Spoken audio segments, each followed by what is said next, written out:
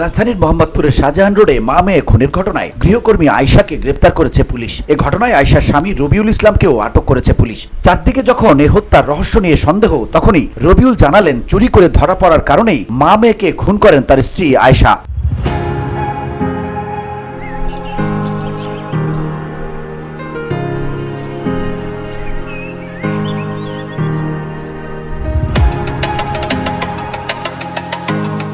Police সূত্রে জানিয়েছে, জিজ্ঞাসাবাদে রবিউল বলেছেন, আয়েশা মনে করেছে কিছু জিনিস চুরি করে এনে আমাকে দিবে, কিছু টাকা পয়সা পাবো। ল্যাপটপ মোবাইল চুরি কইরা সে আহনের সময় তার ম্যাডাম দেখা ফালায়, পেছন থেকে ম্যাডাম ধইরা ফালায়, তখন সে চাকু দিয়ে মারছে। যতক্ষণ পর্যন্ত ধইরা ছিল ততক্ষণ পর্যন্তই চাকু দিয়ে মারছে।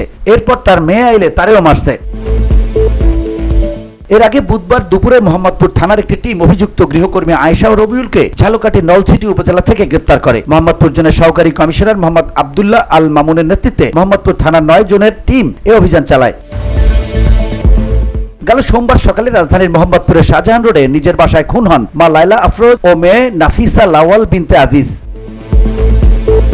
VOD Bangla news desk.